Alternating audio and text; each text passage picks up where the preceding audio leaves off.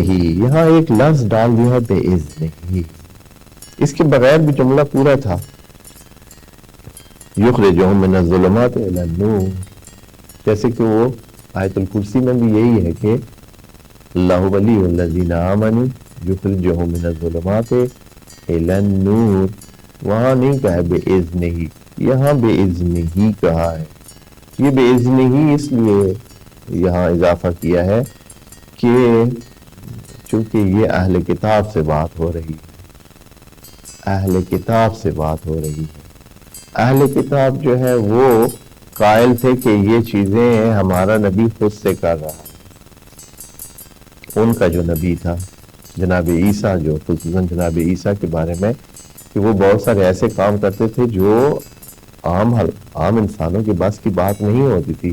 تو وہاں جناب عیسیٰ بھی اسی بے اذن کے لفظ کو بار بار استعمال کر رہے کہ انی اخلق لکم کہیت الطیر فانفخ فیہ فیکون طیرا باذن اللہ.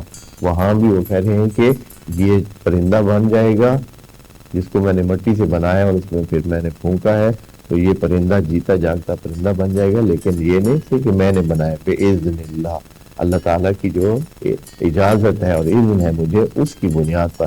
یہاں بھی بے اذن کا لفظ اس لیے کہا ہے کہ ایسا نہ سمجھے کہ یہ رسول جو آپ کو ہدایت دے دیتا ہے اور آپ کو خارج کرتا ہے، رسول یا قرآن کس سے ظلمات سے خارج کر کے نور کی طرف لے آتا ہے، تو یہ نہ سمجھنا کہ یہ اس کے اپنے اختیار میں ہے اور یہ خود سے یہ کر رہا ہے. نہیں، یہ کام کدھر کیسے کر رہا ہے؟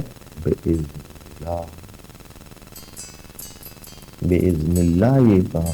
یعنی اگر اللہ تعالیٰ کا اذن نہ ہو تو یہ رسول کے بس کی بات نہیں ہے، یا قرآن میں یہ صلاحیت اس طرح نہیں ہے. یہ اللہ تعالیٰ کی اذن سے ہی یہ ہوگا.